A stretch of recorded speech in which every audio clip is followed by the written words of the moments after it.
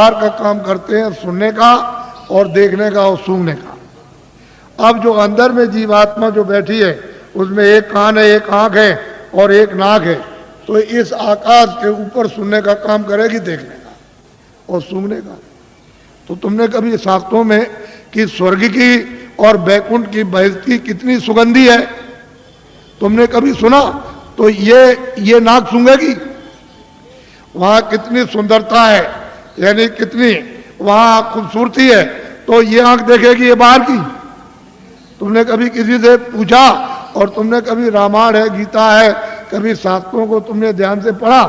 उन महात्माओं ने तो देखा था, उन्होंने तो तीसरी आंख तीसरा कान उन्होंने खोला था। इन आत्माओं की जमीन जो ये दोनों आंखों के बीचों बीच बैठी हुई है, तो इधर देखो ये डंडा है, ये पूरा डंडा पूरा का पूरा। इधर देखो जब दो आंखें ये खुलती हैं तो आप देखते हो कि आसमान ऊपर है, जमीन नीचे। तो शरीर की जमीन तो ये नीचे है और शरीर का आसमान ऊपर, लेकिन ये जो तीसरी ये आंख है जो जीवात्मा बैठी वो यहाँ, वो तीसरी आंख तीसरा कान तीसरा नाक इस आकाश के ऊपर है। तो आत्माओं की जमीन ऊपर है, जीवात्माओं की जमीन ऊपर है, वो चेतन है, वो जड़ नहीं है। ये खेती नहीं है, दुकान नहीं है, दफ्तर नहीं है, ये कपड़े नहीं है, कोई सामान नहीं, कोई टट्टी नहीं, कोई पेशाब नहीं, कोई लड़का नहीं, कोई गाली नहीं, कोई गलोज नहीं, कोई धोखा नहीं, कोई बेईमानी नहीं, कोई मस्जिद नहीं, कोई मंदिर नहीं। ये जीवात्माओं की चेतन जमीन ऊपर। तो तुमने कभी किसी से पूछा कि महात्मा नाम किसका है, योगी किसको कहते हैं, क्यों योगी कहा जाता, क्यों महात्मा कहा जाता, क्यों महापुरुष कहा? ये तो आपने कभी पूछा नहीं। भाई इसमें लगे हुए झूठ छल कपट फरे धोखे बेईमानी में, तो इसमें आपको क्या मिला? क्या मिल गया? ये यहाँ क्या मिला? वो तो जो यहाँ कुछ है वो तो क्षणिक। ये तुम्हारे कानों तक ऊपर से आवाज आ रही है, उधर से प्रकाश आ रहा, तो उस प्रकाश का आनंद और उसका देववाणी का वो ठंडक तुमको मालूम होती है इंद्रियों के द्वारा, तो तुम कहते हो जरा सा आनंद मिल गया, फिर और जगह मिलेगा, और जगह मिलेगा, और मिलेगा। वो देखने में मिल जाएगा, सुनने में मिलेगा, कपड़े में मिलेगा, मकान में मिल जाएगा, खाने में मिल जाएगा, स्त्री में मिलेगा, बच्चे में मिलेगा, चलो राजपाट में मिल जाएगा, सारी दुनिया पर राज करना। लेकिन वहां गए कुछ नहीं है ही नहीं। अरे ये मृत लोग हैं, ये भूल भुलैया है, रास्ते से आए थे रास्ता छोड़ दिया, आंखें बंद हो गई, कान बंद हो गए, सब बंद हो गया, रास्ता भूल गए। अब वापस जाने का कोई रास्ता नहीं। तुमको तो मालूम नहीं कि एक ही रास्ता जीवात्माओं के आने का शरीर में और वापस अपने घर में जाने का एक ही रास्ता, दूसरा कोई रास्ता ही नहीं। और तुम यहाँ भटक गए, चलो वहाँ चले और वहाँ चले, उधर चले, तो इस अंधेरे में ये सब अंधकार है। उधर तो सूरज निकलता नहीं, उधर सूरज डूबता नहीं, उधर तारे नहीं है, इस तरह के उधर चांद नहीं है। तो तुमने कभी पूछा किसी से कि रामायण में क्या लिखा? रामायण में जो उन्होंने प्राप्त किया वो तो उन्होंने लिखा, गोस्वामी जी ने, तुलसीदास जी ने। और आप रामायण पढ़ते हो तो आपने क्या देखा? आपकी समझ में क्या है, क्या लिखा? इसलिए महात्माओं की बारी आपके समझ में नहीं आ सकती। तभी तो अर्थ का अनर्थ हो गया, और धर्म का अधर्म हो गया, और कर्म का अकर्म हो गया, और सत्य का असत्य हो गया, और न्याय का अन्याय हो गया, और प्रेम का दुश्मनी हो गई घर घर में। तो बताओ, मैं तो तुमको अमूलक चीज देने आया था, लेकिन अब यह है कि थोड़ी बारिश हो गई तो ये जमीन अमीन भीग गई, तो आप समझते हो हमारे कपड़े गंदे हो जा रहे। कपड़े तो बच्चा गंदे होते ही हैं और होंगे ही, लेकिन जो जीवात्मा जो कितने जन्मों से गंदी हो गई, कभी तुम इसकी सफाई करके इसको आजाद स्वतंत्र कभी करोगे? कभी तुमको ये मौका मिलेगा? ये तो समय निकला जा रहा, अभी बस समय खत्म हो रहा। बहुत तो समय चला गया आपका, बहुत बरस आपके निकल गए, अब ये थोड़े से रह गए, वो भी निकलने वाला।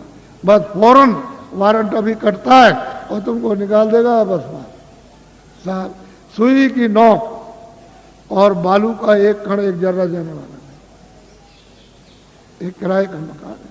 तो अमूलक चीज, ये अनमोल मनुष्य मंदिर में ये जीवात्माओं का अमूलक धन, तो तुमने ये तो कभी सोचा नहीं कि भाई हमने जीवात्मा के लिए अभी तक क्या इकट्ठा किया, उसके लिए कौन सा धन कमा के रखा कि जब तुम यहाँ से जाने लगोगे तो जीवात्मा की रक्षा हिफाजत होगी। उधर तो कोई मदद करेगा नहीं, उधर तो इधर से निकालेगा।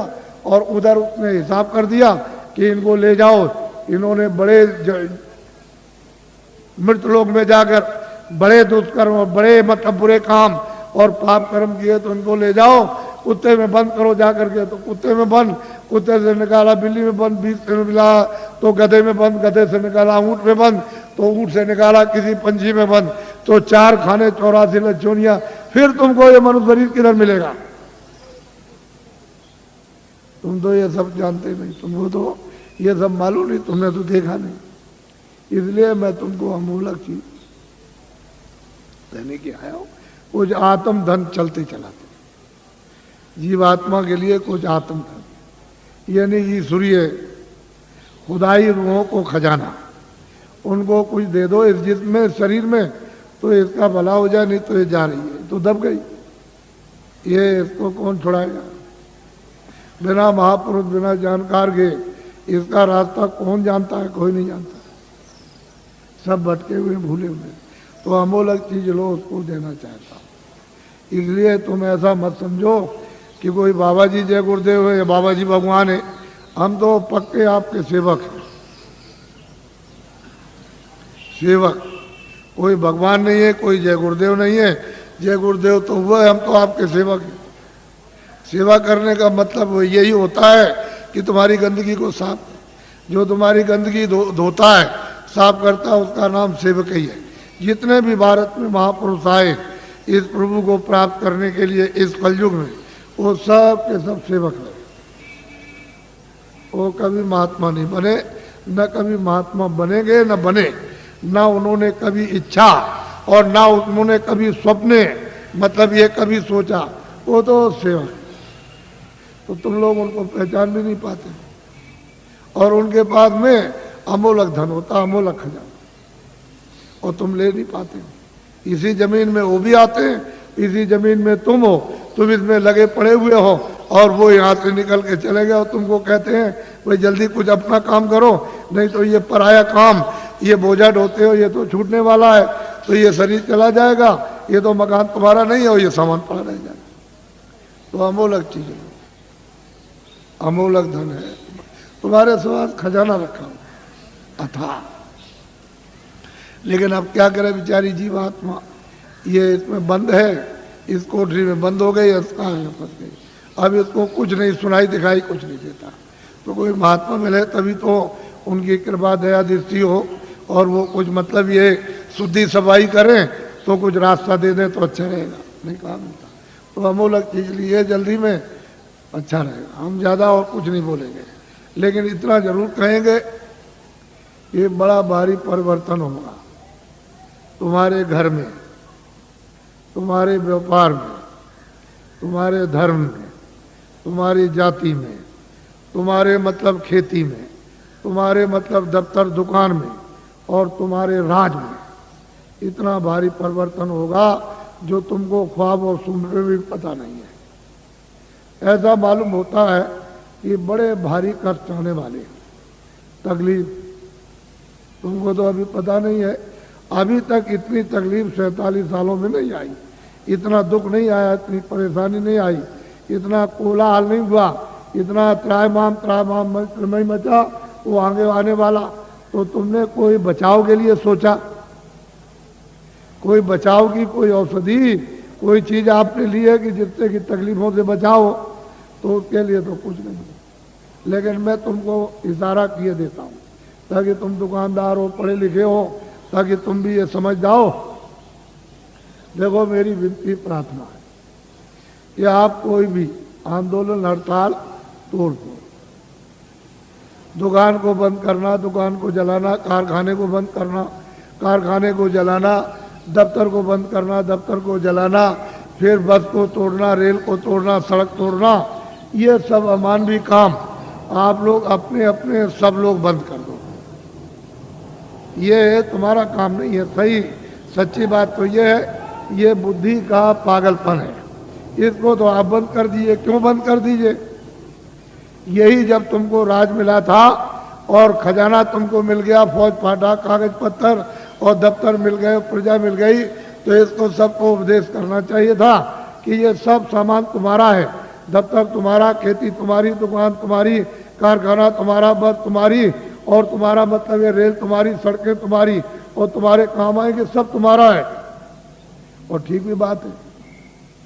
अभी मैं रास्ते में आ रहा था तो रास्ता जाम है, तो सड़क तो आप भाई आपकी है, आप आ रहे हो, आपके काम आएगी, तो मतलब इसका मतलब ये नहीं है कि आप नहीं गए उस सड़क पर तो आपके काम आएगी, आप 2 दिन बाद जाओगे तो सड़क जाम हो जाएगी। तो आपको तो ये जानना चाहिए सब चीजें मेरी है। अब इनको आपने जला दिया, जलवा दिया, जला दिया, तोड़ दिया, फोड़ दिया, दुकान को, दफ्तर को, कारखाने को, इसको उसको, तो ये जो आमदनी का नुकसान हुआ ये किसका हुआ? हे बच्चों, तुमने अपनी आमदनी उसको जला करके खाक कर दी, अब रो रहे हो।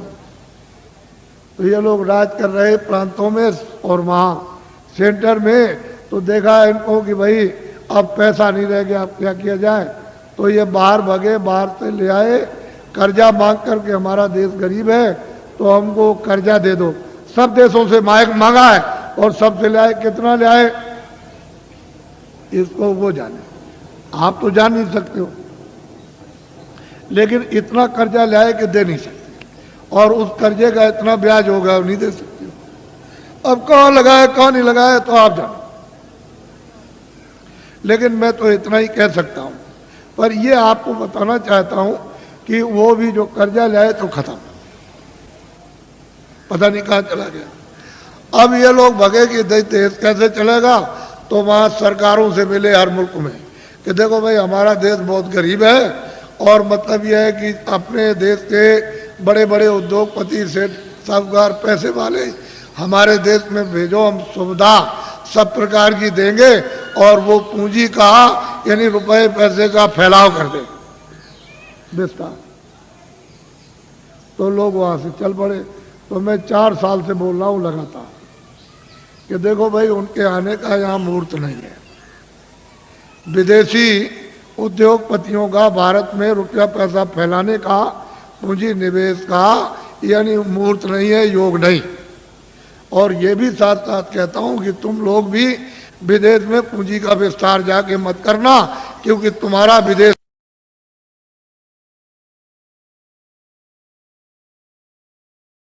बाहर हो जाएगा, तुम हाथ मलते रह जाओगे। ये हमारी बात को आप लोग नोट कर लो, ये खास बात आपको सुना रहा हूं। अब आप क्या करो कि रुपया पैसा नहीं, तो हम भी जानते हैं, हम भी देखते हैं, ऐसा थोड़ी है कि हम पागल हो गए या पागल होके आपको चिल्ला रहे बता रहे। मैं भी जानता हूं ये बात नहीं है, लेकिन ये कहना चाहता हूं कि जितने भी आपके यहाँ सेठ साहूकार छोटे बड़े, उनको इकट्ठा करो और उनसे ये कहो कि हम तुमको सब सुविधा देंगे, तुम कहीं से भी रुपया पैसा ले आओ, तुमसे पूछा नहीं जाएगा तुम कहां से ले आए, और इनकम टैक्स, सेल टैक्स इस पर नहीं लगेगा। ये कारखाना लगाओ छोटा बड़ा, 1 साल में या 1.5 साल में, 2 साल के अंदर छोटा बड़ा कारखाना लगा दो। और इतना ही काम आप सेठ साहूकारों को करना है कि जितने बच्चे यानी छात्र स्कूल में पढ़ते हैं, इनको नौकरी और काम दे दो, बस इतना ही। हम आपको पूरी सुविधा देंगे। तो आप ये क्यों नहीं सोचते हो जो आपको दिशा बताई जा रही, आप लोग क्यों नहीं सोचते? जब आपको एक दिशा बताई जा रही सही सच्ची, तो आप क्यों नहीं इसको सोचते हो इनको सुविधा दे दो, इनकम टैक्स, सेल टैक्स थोड़े दिन के लिए तो खत्म करो। जब आमदनी बहुत होने लगे तो नॉमिनल यानी मतलब यह है कि मामूली, तो ठीक है, लेकिन ये क्या, और पीछे वाले का आप अपना जो लेते हो लेते रहो, तो आप जानो। लेकिन ये कहो इनसे कि हम तुमको बैंक से रुपया नहीं देंगे, तुम कहीं से लाओ, तुमसे पूछा नहीं जाएगा। एक छोटा सा कानून बना दो 2 लेन का, बस उसमें लिख दो कि भाई आपसे पूछा नहीं जाएगा, और इस नए कारखाने पर कोई इनकम टैक्स, सेल टैक्स नहीं लगेगा, और आप छात्रों को काम नौकरी दो, बस आपको ये करना। लेकिन आपने मेरी बात को 4 साल से ध्यान में किसी ने नहीं दिया, और दिन भर दिन तुम्हारी हालत इतनी जैसे कि लकड़ी में घुन लग गया, उससे भी बेहतर हालत होती जाए, फिर तुम मानते क्यों नहीं हो? तो इसके माने है कि तुम्हारे कर्म इतने खराब सबके, यानी इतना दुष्कर्म है कि वो कुछ लगने ही नहीं देता। फिर मेरी बात को सुनो ध्यान से। ये अगर बाहर से आ जाएंगे तो तुम्हारे कारखानों का नक्शा बनाएंगे कि तुम बनाते क्या हो अपने कारखाने में, वो सब नक्शा बना करके बाहर ले जाएंगे वो। फिर वो क्या करेंगे तुमको तो मालूम नहीं है कि वो आएंगे तो कई काम करेंगे कि तुम्हारा सामान बाहर बनाएंगे सुंदर, ये सुंदर कुछ सामान नहीं सुंदर बना देंगे और मजबूत, और जितना तुम्हारा 400 का है वो 100 का रखेंगे। 400 रुपए का बिकता हो 100 का बेचेंगे, और 300 का बिकता हो 50 का बेचेंगे। वो मुनाफा नहीं लेंगे, बड़े चालाक हैं कि मुनाफा नहीं लेंगे, और बाजार में वहाँ से सामान ला के उतार देंगे आपकी मंडी में। तो ये जब सामान जब ये देखेंगे लोग कहेंगे भाई बड़ा सुंदर है और बड़ा मजबूत और बहुत सस्ता है, ये सामान तो ये यहाँ का दुकानों पर रखा है देसी बाजारों का, ये तो बहुत महंगा है, तो कोई लेगा नहीं। जमा करना एक बात तो ये।